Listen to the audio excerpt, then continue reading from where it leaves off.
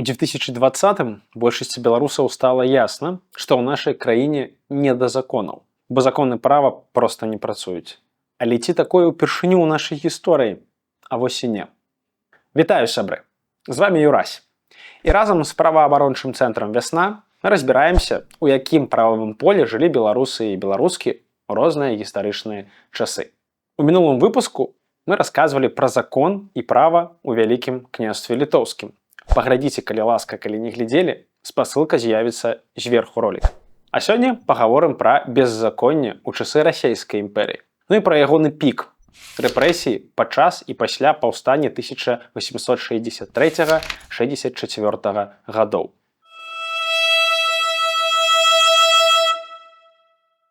Адам Міцкевіч у сваіх парыжскіх лекцыях згадваў статут 1588 году, а яго ён ведаў невыпадкова. Бацька быў адвакатам у Наваградку, а сам статут дзейнічаў у нашым краі да 1840 году. Тым не менш, прававая спадчына Вялікага княства літоўскага немінуча адыходзіла. А на яе месца ставалі расійскія парадкі і законы, або беззаконні, прычым для ўсіх пластоў грамадства. Пачнем з сялянаў. Скажаце, ну яны ж раней былі прыгоннікамі, праўда? Але расійскі прыгон быў больш жорсткім, не кажучы пра тое, што калі б Рэч Паспалітая захавалася, прыгоннае права было б скасавана значна раней за 1861 год. У Расіі прыгонны селянін – гэта рэч. Таму ў пецярбургскіх газетах нормай былі абвесткі пра продаж сялянаў. Побач з аналагічнай рэклямай пра продаж сабак ці коняў. Фізычны гвалт супраць селяніна не лімітаваўся. А цівуну, які б засёк вяскоўца да смерці, нічога б не было. Жонку можна было разлучаць з мужам, прадаваць, перасяляць куды хочаш, нават у глыб імперыі, у Сібір. Асобная форма здзеку – рэкрутчына. Падумаеш, забяруць у войска, але ў тое войска бралі на 25 гадоў. Пасля скарацілі да 10. То бок, цябе выкрэсліваюць жыцця, і калі чалавек вяртаўся дадому праз шмат год, то ўжо хворым, старым і нікому не патрэбным. Норма, калі памешчык, а часта гэта былі ўжо расійскія дварані ці афіцэры, якім тут далі зямлю, выстаўляў вясковых мужикоў у шыхт і выбіраў, каго аддаць у рэкруты. Адсюль і жанр рэкрутскай песні ў нашым фальклоры. Нас пагоняць у Маскву, на вайну, у Расею на чужую старану. У сялянаў забіралі нават права называцца так, як мама з татам называлі. Калі ты Якуб, то пісар запіша Яков. Калі Ян – Іван. Францішка – Праскоўе. Большасць нашых вяскоўцаў у неятапе веравызнанні пасля 1839 іх гвалтам пераводзяць у праваслаўе.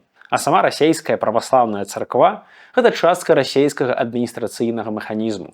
Няшчасціла таксама габрэям, бо для іх царская ўлада ўвяла рысу аселасці. Ты можаш жыць тут, а тут ужо не можаш.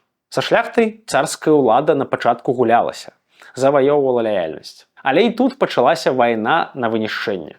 Вялізную колькасць дробнай шляхты царская адміністрацыя перавяла ў сяляне-батракі. Вось ты дваранін, а тут ужо халоп. Нават вышэйшыя катэгорыі дваранаў атрымалі стос абмежаванняў. Напрыклад, ты ўжо не можаш дасылаць дзяцей вучыцца на захад ва ўніверсітэт, бо там жа крамола, а Віленскі універсітэт быў закрыты ў 1840 годзе. Праўда?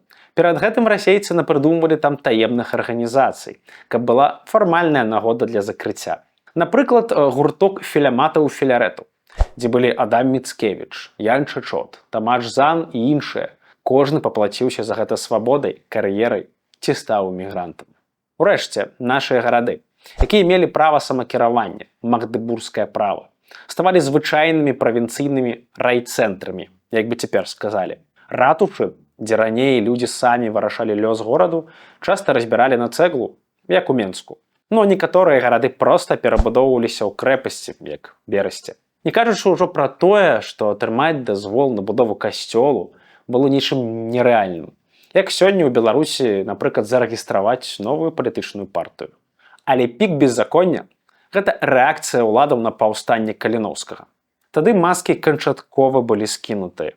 Улада дала каманду «ФАС».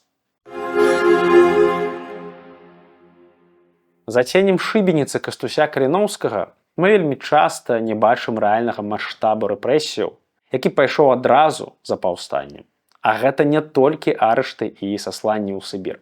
Прычым нават за дзерзкія слова. Але таксама канфіскацыі, рэпарацыі, рабунак і нават спаленыя вёскі і фальваркі. Але пра ўсё па чарзе. Расія кінула супраць паўстанцаў 150-тысячнае войска, плюс паліцэйскі апарат, жандармерыю і мясцовы адміністрацыйны рэсурс. Прычым, першай ж задачай было налаштаваць сялянаў супраць паўстанцаў. Таму распаўсюджваліся пагалоскі, у тым ліку праз праваслаўныя прыходы, што гэта паны ваююць, каб вярнуць мужика ў прыгоннае ярмо. Такая іпсо таго часу. Былі цікавыя хады. На Магілёўшчыне расейцы пашыралі плётку, што паўстанцы нібыта спалілі вёску Цёплая. Няясна, праўда, навошта. Для чаго гэта ўсё? В Пецярбургу найбольш баяліся, што сяляне масава возьмуцца за зброю, а самапаўстанне перакінецца на расейскія губерні. Адсюль і прэвентыўныя захады. Паўстанцаў лавілі не толькі па лясах, бо тыя ж партызанілі, вайна была партызанскай, але і ў гарадах. Як правіла, выстачала толькі падозрання і трапляеш у астрог. Падчас вобшукаў жандары шукалі экстрэмісцкую сімволіку ці забароненую літаратуру. Асобна падчас вобшукаў праглядалі фотоальбомы, а тады ж была мода рабіць фота у патрыятычных строях са зброяй. Гэта ўсё таксама ставала доказамі на судах. Для кабет ніхто выключэння не рабіў. Тут расейская ўлада сапраўды змагалася за раўнапраўе палоў. Дзяўчаты і кабеты на знак салідарнасці насілі чорную вопратку і чорную біжутэрыю. Пастрыгалі карацей валасы. Гэта знак нацыянальнай жалобы з нагоды рэпрэсіяў. Падставай для арышту магла стаць усяго толькі чорная сукня. Калі ты не дакажаш, што ў цябе нехта са сваякоў памёр, і гэта законны траур. Паказальны лёс Камілы Марцінкевіч. Гэта дачка літаратара Вінцэнта Дуніна Марцінкевіча. Яна ўдзельнічала ў маніфестацыях у Менску ў 1863. Яе арыштоўвалі і нават кінулі ў вар'ятню. Не можа ж нармальная дзяўчына падтрымліваць бунтаўнікоў. Нейкія арыштавалі на данос салдата, у якога тая хацела купіць зброю. Урэшце забралі за тое, што кінула букет кветак пад ногі паўстанца, якога вялі на смяротнае пакаранне. Вынік саслання ў 20 гадоў. У Вільню яна змагла прыехаць ужо моцна хворая. І гэта толькі адзін са шматлікіх паламаных лёсаў. У Кацярыны Шалюты за распаўсюд антырасейскіх улётак канфіскавалі ўсю маёмасць. Марыя Ямант, каханая Кастуся Каліноўскага, была сасланая ў Разанскую губерню за патрыятычныя песні. Ізабелу Ціханавецкую з Магілёва за ўдзел у супраціве суд выслаў у Варонеж. Шляхцянку Амалію Ляшкевіч арыштавалі за фіранкі неправільных колераў. Знаёма, праўда? Жанчыны, як правіла, былі ў падземных сетках салідарнасці, гатавалі ежу, пралі вопратку для паўстанцаў, перавозілі порах і корэспандэнцыю. Таму расейцы нездарма пераследавалі іх. Дарэчы, акурат гэтым усім займалася Эліза Ажэшка, нават хавала ў сваім маёнтку паўстанцкага лідара Рамуальда Траўгута. У яе творах багата зваротаў да паўстанцкай тэматыкі. Яны часта чытаюцца як мемуары. Расейцы практыкавалі прынцып калектыўнай адказнасці. Рэпрэсавалі родных паўстанцаў. Напрыклад, Апалёнія Серакоўская, жонка пакаранага смерцю Зыгмунта Серакоўскага. Яго парэшткі знайшлі на гары Гедзіміна ў 2019, побач з парэшткамі Каліноўскага. Дык вось, жанчыну прысудзілі да саслання, але яна цяжарная. Апалёнія звярталася з просьбаю да генерал-губернатара Мурав'ёва, пра яго раскажам далей. Маўляў, не можа вынасіць дзіця ў сасланні, там няма дактароў. Той жа адказаў: тым лепш, дзіцё, вядома, памерла. Калі вы думаеце, што на гэтым рэпрэсіі супраць паўстанцаў скончыліся, то гэта толькі пачатак. Так агулам было павешана ці расстраляна 180 паўстанцаў. Тут толькі казні, без уліку забітых у баях і загінулых у турмах. Дарэчы, першым расстралялі графа Леона Плятара і ксяндза з Ліды Станіслава Ішору. Гэта не выпадковасць, каб паказаць, што не застрахаваны ніхто, хоць ты граф, хоць святар. Геаграфія смяротных пакаранняў шырокая. Ад Рагачова да Беластоку. Прычым, як правіла, публічна ў губернскіх гарадах, каб людзей паболей нагнаць і паказаць, бо мэта была запалохаць. Яшчэ адзін спосаб падаўлення паўстання, пра які рэдка кажуць, гэта спаленыя вёскі, а дакладней шляхецкія ваколіцы. Так, задоўга да Хатыні. Геаграфія таксама шырокая. Гарадзенскі, Бельскі, Пінскі, Пружанскі, Ковенскі, Ігуменскі, Рахачоўскі і іншыя паветы, бадай паўсюдна. Практыка такая, усіх жыхароў, незалежна ад полу і ўзросту, гналі ў Сібір. Рухомае майно канфіскоўвалі, нарэшту палілі. Бывала, што месца, дзе стаяла ваколіца, заворвалі плугамі, нібы тут і нічога не было. Расейцы не саромеліся ў фармулёўках. Мэта – абразуміць суседнія шляхецкія аколіцы і абуздаць сваяволія іх насялення. Дарэчы, падобнымі метадамі Расія ваявала і на Каўказе, прыкладна ў той самы час. Паўсюдна стае практыка штрафаў, прычым гэта не 10 базавых, а, напрыклад, канфіскацыі ўсяго майна. Людзей даводзілі да галечы, таму гісторыкі ўжываюць тэрмін «фіскальны тэрарызм». Сёння ты настаўнік, лекар, шляхціч, а заўтра – жабрак. Гэты інструмент быў найбольш доўгатэрміновым, бо выдвойваць грошы можна было гадамі пасля паўстання. Забылыя грахі. Тысячы маёнткаў гаспадароў, якія былі ў Сібіры, за кратамі ці ў эміграцыі, браліся пад казённы нагляд. Быў створаны адмысловы зямельны фонд з канфіскату. У плюсе заставаўся так званы рускі элемент. Канфіскаваныя маёнткі прадаваліся асобам рускага паходжання. Таксама ўлада падтрымлівала перасяленне сялян з унутраных расійскіх губерняў да нас. На мэце была замена насельніцтва, каб тут не засталося нелаяльнага пласту грамадства. Саміх жа паўстанцаў, тых, хто выжыў і не эміграваў, чакала Сібір. Паводле гісторыкаў, ні да 1863 году, ні пасля Расійская імперыя ў нашым краі не практыкавала настолькі маштабнага прымусовага перасялення насельніцтва. Прычым, зноў жа, гэта тычылася не толькі паўстанцаў, хто трымаў зброю ў руках. Рэпрэсіі закранулі салідарных, спачувальных, родных, манахаў, ксяндзоў, гімназістаў. Усё разам гэта шкодны элемент, які трэба было выдаліць. Найбольш жорсткае пакаранне ў іерархіі – смерць. На другім месцы – катарга. Руднікі, крэпасці, заводы ад 4 да 20 гадоў. Цікава, што нават калі ты адбыў тыя 20 гадоў, ты не мог узяць і вярнуцца дамоў без спецдазволу. Жыві далей у Сібіры. Наступнае па градацыі пакаранне – сасланне на пасяленне ў той самай Сібіры з абавязкам працаваць там. Канешне, пад наглядам. Што цікава, сасланыя згадвалі, што ў Сібіры часта ім дыхалася вальней, чым на радзіме. Бо, а куды ты ўжо далей сашлеш? Усё. Але да той Сібіры ты паспрабуй дайдзі. Найцяжэйшае выпрабаванне – сама дарога. Большую частку ішлі пешкі, па 20 вёрст на дзень прыкладна. У дождж, спёку, маразы, здаровы ты ці хворы. Шлях быў сапраўдным пеклам. Людзі толькі чакалі, каб дайсці нарэшце. Побач з дарослымі гналі і дзяцей. Вядомы дзённік падлетка Алексея Вайніловіча з Магілёва. Ён змог нават замаляваць гэтае падарожжа. З нашага краю агулам было саслана некалькі дзесяткаў тысячаў чалавек. Збольшага эліта грамадства, шляхта, настаўнікі, лекары, навучэнцы. І нават калі цябе выслалі проста на жыццё далёка ад дому, не на катаргу і не на будоўлю дарогаў сярод тундры, гэта ўсё адно не свабода. І ты там без грошай, правоў, ды з забаронай на прафесію. Выжывай як хочаш.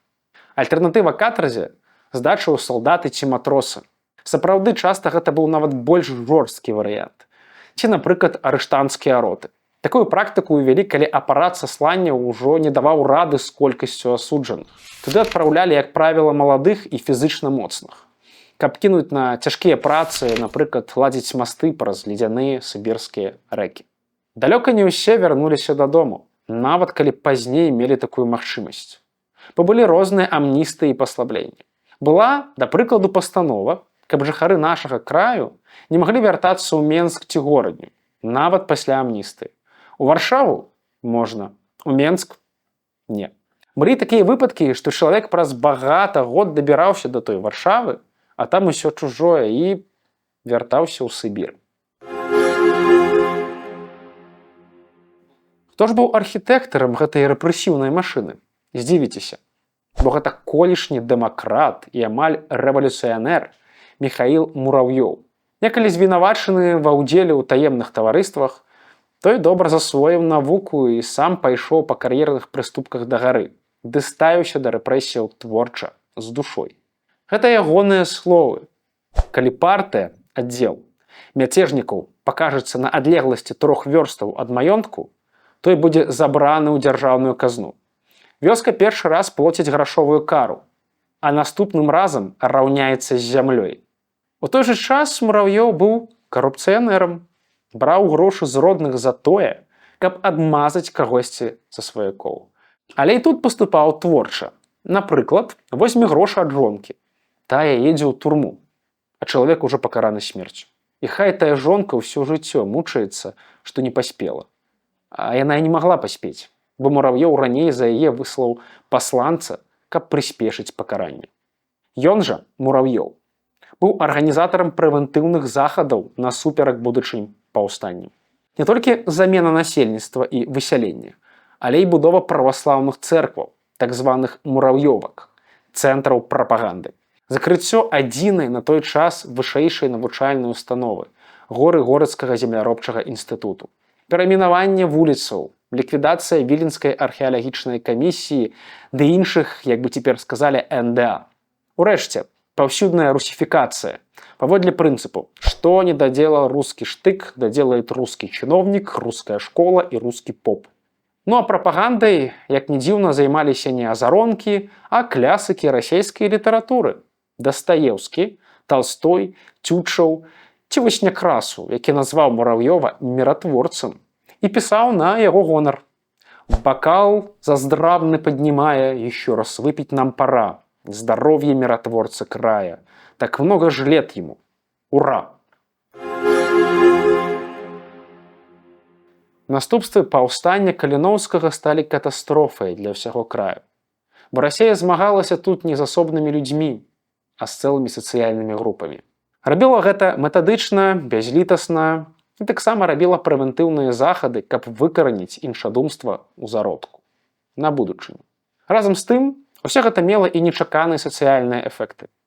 Тая ж Ліза Ажэшка, якой пашчасціла не трапіць у Сібір, не толькі шмат год займалася салідарнасцю і дапамагала былым паўстанцам, якія вярталіся з саслання і апыналіся ў галечы. Яна праз свае творы рабіла і працу над памылкамі. Маўляў, трэба глядзець у бок сялянаў, яднацца. Гэта больш шырокі дэмакратычны погляд на ўсё грамадства. Тое самае Францішак Багушевіч, які сам быў паўстанцам і доўгі час не мог вярнуцца на радзіму.